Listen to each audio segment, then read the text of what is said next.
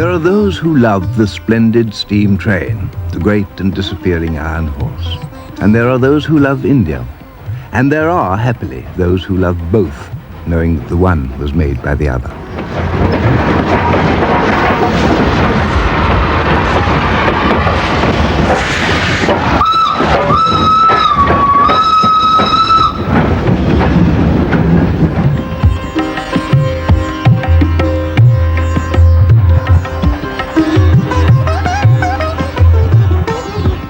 To all romantic amateurs of the history that runs on rails and that which stands changelessly since the days of the Moguls, this is an affectionate salam to the past that created the present.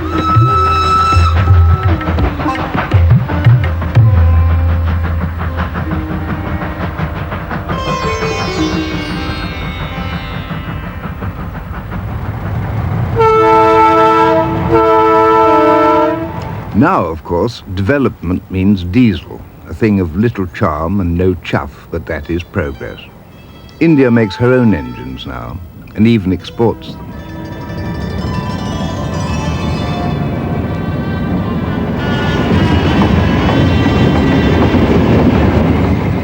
Urban India couldn't live without its railways. Imagine a commuter traffic into one Bombay station alone of nearly 1.5 million a day.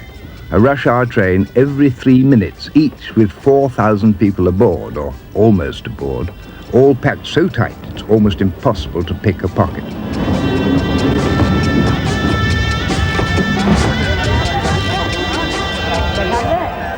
Of the 2,800 million Indians who use the railways every year, nearly half are commuters.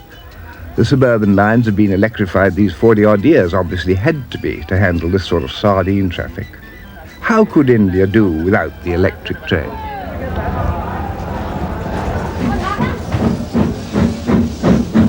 Well, in many places, luckily, it does. The puffing billy is still the workhorse of the countryside and of the hills. And its lover, historian, and defender of the faith is a dedicated English zealot whose life's purpose now is the preservation of the great Indian steam train in a permanent museum in Delhi. His name is Mike Sato. The first railway that I can recall ever turning me on was the Mataran Railway.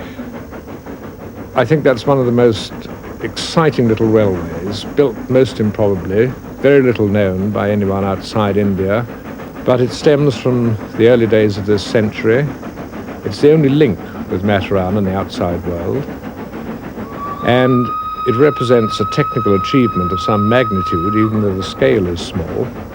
I think a very good historical relic of the sort of technical ingenuity that was being practiced in the late 19th century.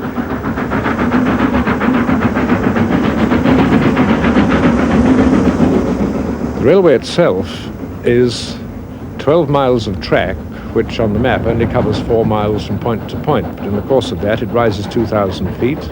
There are 281 curves, and probably the sharpest curve on any working railway in the world, because the radius is only 45 feet. And to get round these corners, they have special engines which were the brainchild of a dilettante engineer, Sir Arthur Hayward, a landed gentleman in Derbyshire, and his hobby was railways, and he used to build his own engines. And they are the only known examples of this type of engine in existence in the world, and furthermore they're all working, and working very well. There are 4 steam engines on this railway which, since 1907, have been hauling the trains up and lowering them down. Outwardly rather conventional engines, but inwardly rather complicated and very novel engines, which must be a full justification for the design which went into them on a landed estate in Derbyshire.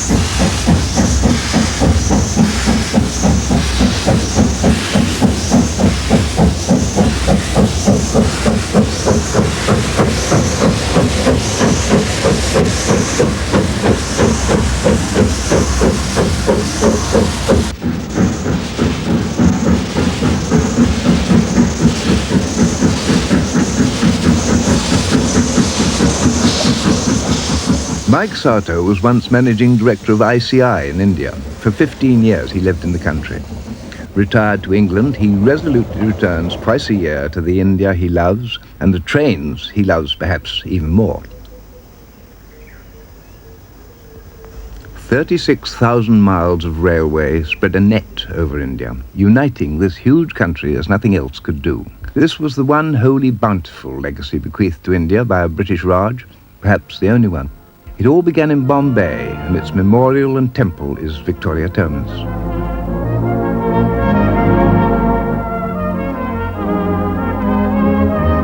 Victoria Terminus was built, as was the manner of the 1880s, in the likeness of a shrine, a technological cathedral, a great caravanserai in the most flowering Victorian Gothic Saracenic Italianate Oriental St. Pancras Baroque, to the glory of Her late Imperial Majesty and that of the great steam train.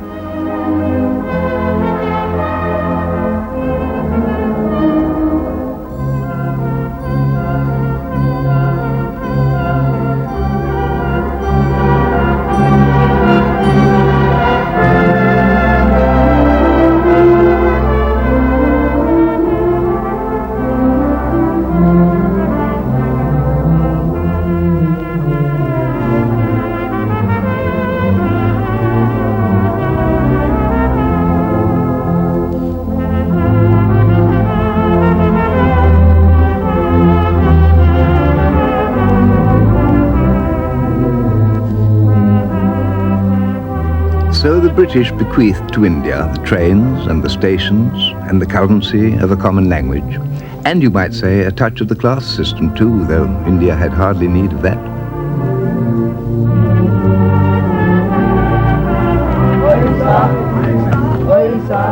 The old times of the Raj also provided the rolling stock, and some of these old beauties still remain, largely thanks to Mike Sato, whose dream, now taking shape in Delhi, is the Railway Museum, where the first of the old iron elephants is going.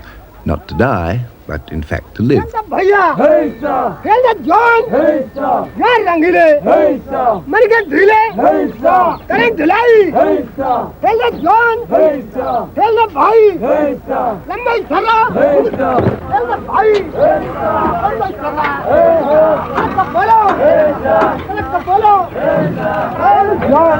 a historic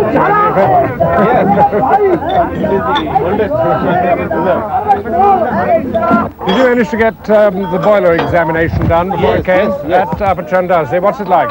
It is very good. Is it? We have got it tested. So that means really we've only got minor repairs like the front spring pins and things to do. Yes, only minor repairs. And you've been running order? Yes. Everything. Fairy Queen is only the first of our exhibits. There are hundreds more to come. When the museum's finished, it should be the most comprehensive, perhaps one of the largest in the world.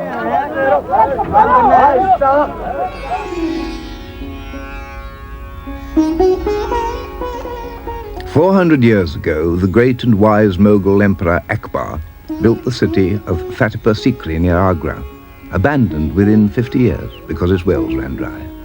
Now it is a thing of dead beauty, a monument.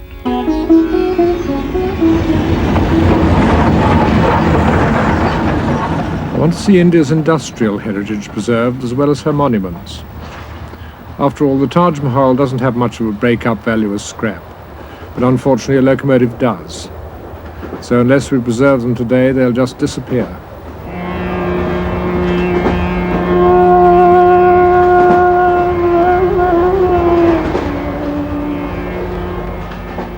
My wife Peggy, of course, had rather different interests from mine.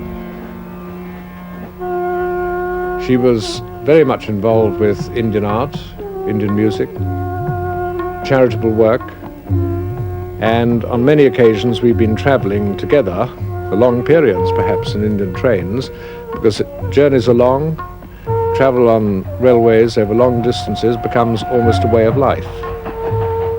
A journey may take 2, 3, 4, 5 days even. And so you take your cooking equipment, you take your sleeping equipment, you may sleep in a railway coach, you may sleep in a station platform. Life goes on, and in the course of it, you ultimately move across the subcontinent.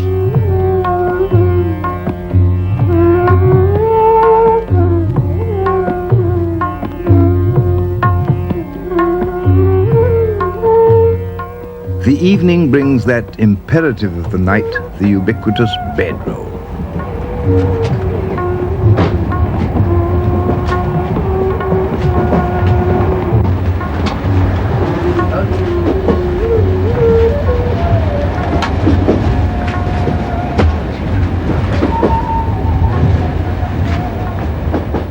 The bedroll, turning up each evening. No one who knows India will ever forget it, nor ever remember it without nostalgia maybe for the great railway names, the Frontier Mail, the Deccan Queen, the Brindavan, the Rajdhani Express, and even perhaps for the empire on which the sun did finally set.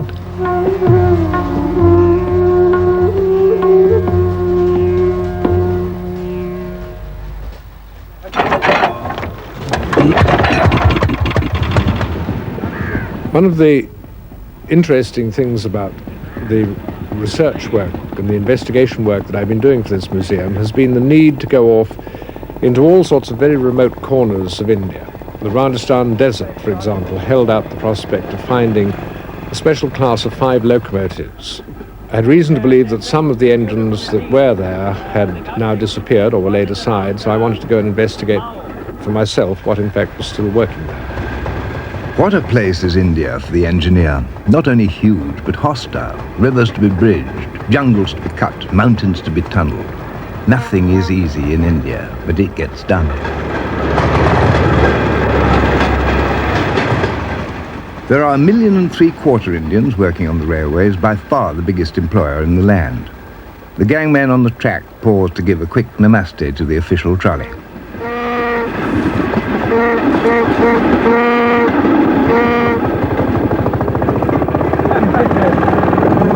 We have to give them priority.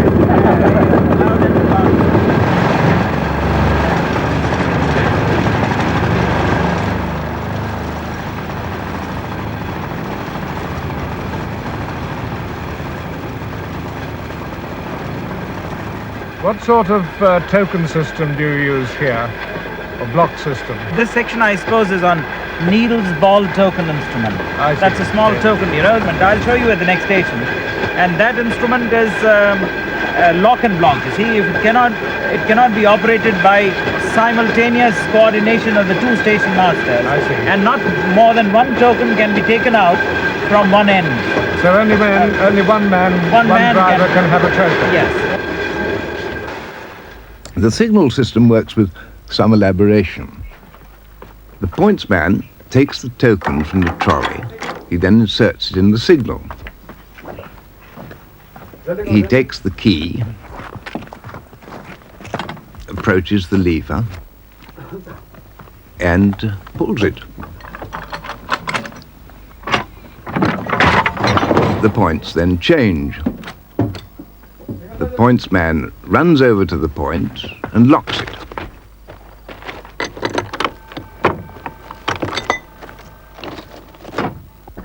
He pulls the signal lever and the signal goes down.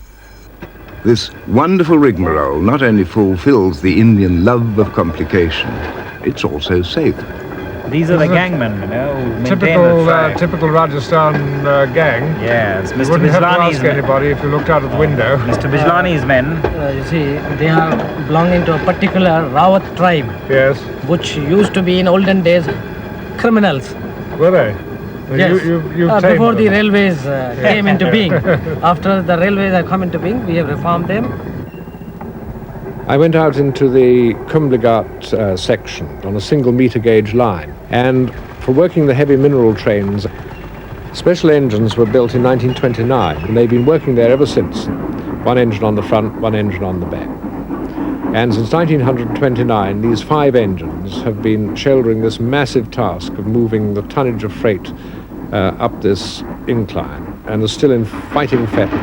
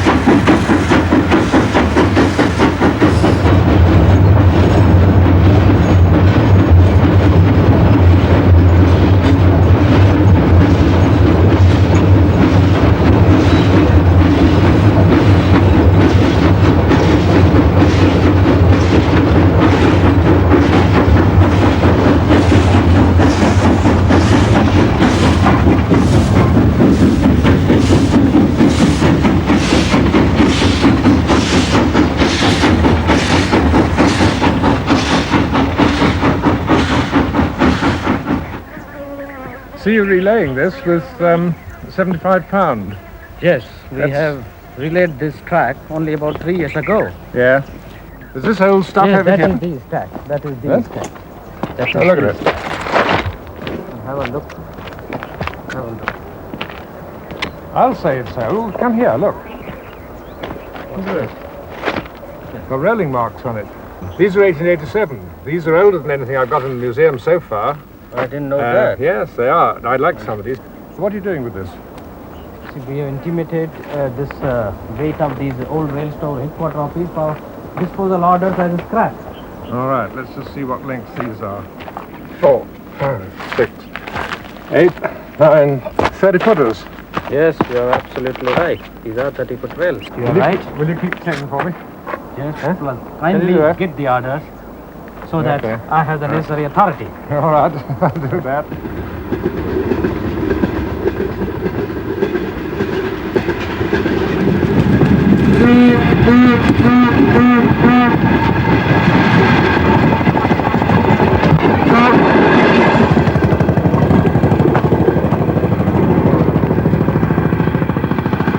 The Indian railways are an enormous absorbent of labour, the one commodity perhaps of which the nation is never short. They are as hierarchical as India itself. There are those who are saluted, and there are those who salute.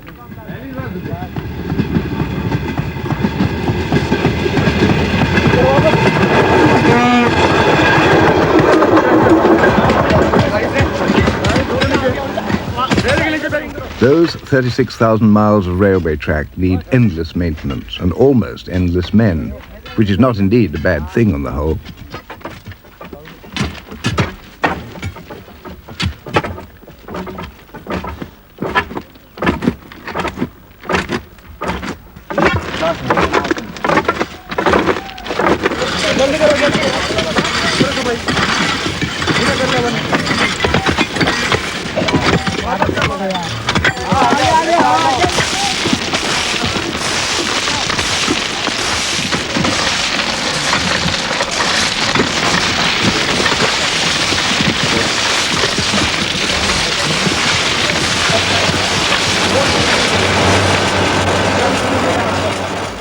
But this immense system of communications needs all manner of men, all manner of skills and crafts and backroom techniques.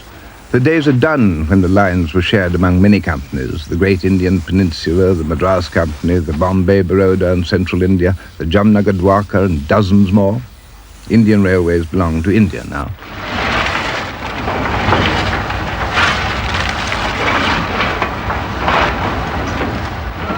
An awful lot of it still depends on that good old fossil fuel coal. And a good thing too, since India has quite a lot of coal and not much oil. And coal is comparatively cheap and oil is ferociously dear.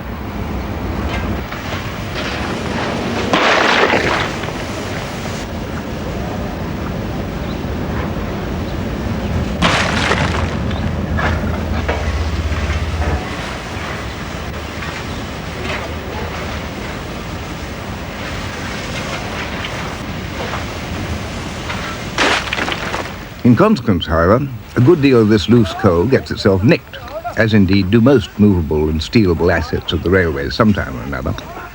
Therefore, someone has to keep a pretty close eye on the scene. And before you triumphantly interrupt, let us agree that this scene was set up. It was enacted as, shall we say, a training exercise for the railway police.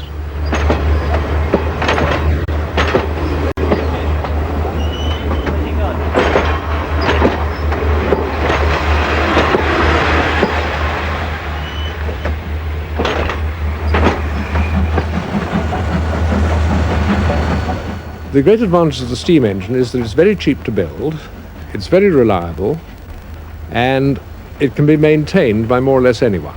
The steam locomotive is a labour-intensive machine compared with the diesel or the electric.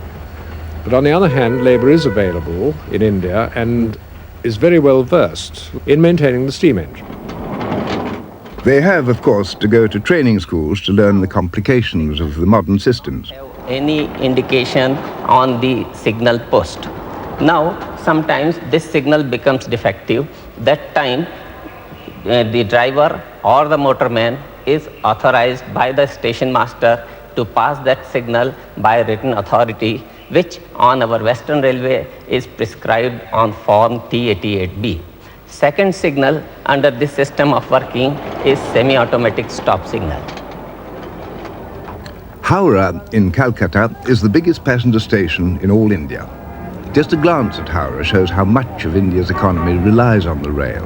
Not just the passengers, but all the other businesses who depend on the station. The taxis, the coaches, the rickshaws, and the porters. 1,800 of them in Howrah alone, unpaid and living on backsheesh.